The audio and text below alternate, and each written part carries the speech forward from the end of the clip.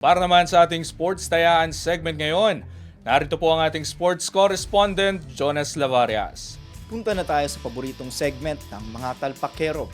Sa paparating na mga laro bukas sa mundo ng NBA January 13, isang araw na naman na nakapanapanabik na aksyon ang aabangan ng mga tagahanga ng basketball. Kaya naman tara, tingnan na natin ang kasalukuyang winning odds ng bawat koponan. Sa unang laban ng Utah Jazz kontra Cleveland Cavaliers, itinuturing na mabigat na paborito ngayon ang susugod na Cavs sa pangunguna ni Donovan Mitchell dahil sa kanilang matatag na winning odds na 1.15 kumpara sa tila walang ritmo na Jazz na may Lauri Markkanen sa kanilang winning odds na 6.78. Sa tapatan naman ng Philadelphia 76ers kontra Toronto Raptors, bahagyang lamang ngayon ang Sixers sa pangunguna ni star rookie VJ Edgecombe na may matibay na winning odds na 1.71 laban sa humahabol na Raptors na may Scottie Barnes sa kanilang winning odds na 2.33.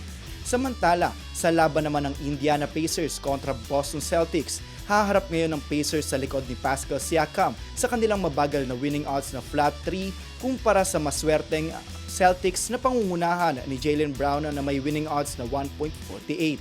Sa laban naman ng Dallas Mavericks kontra Brooklyn Nets, mas paborito ngayon ang sisipa na Mavericks sa likod ni star rookie Cooper Flagg sa kanilang matatag na winning odds na 1.60 laban sa mahinang hila ng Nets na may Michael Porter Jr. na may winning odds na 2.61.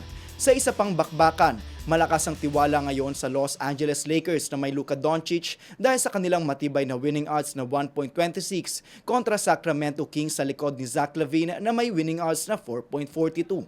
Sa uling sagupaan, bahagyang aabante ngayon ang Los Angeles Clippers sa pangunguna ni Kawhi Leonard na may winning odds na 1.55 laban sa Charlotte Hornets sa likod ni LaMelo Ball na may winning odds na 2.71. Kaya naman mga kaabante na tandaan na maaari pa magbago ang mga winning odds ng bawat kuponan sa may init na laban bukas sa NBA.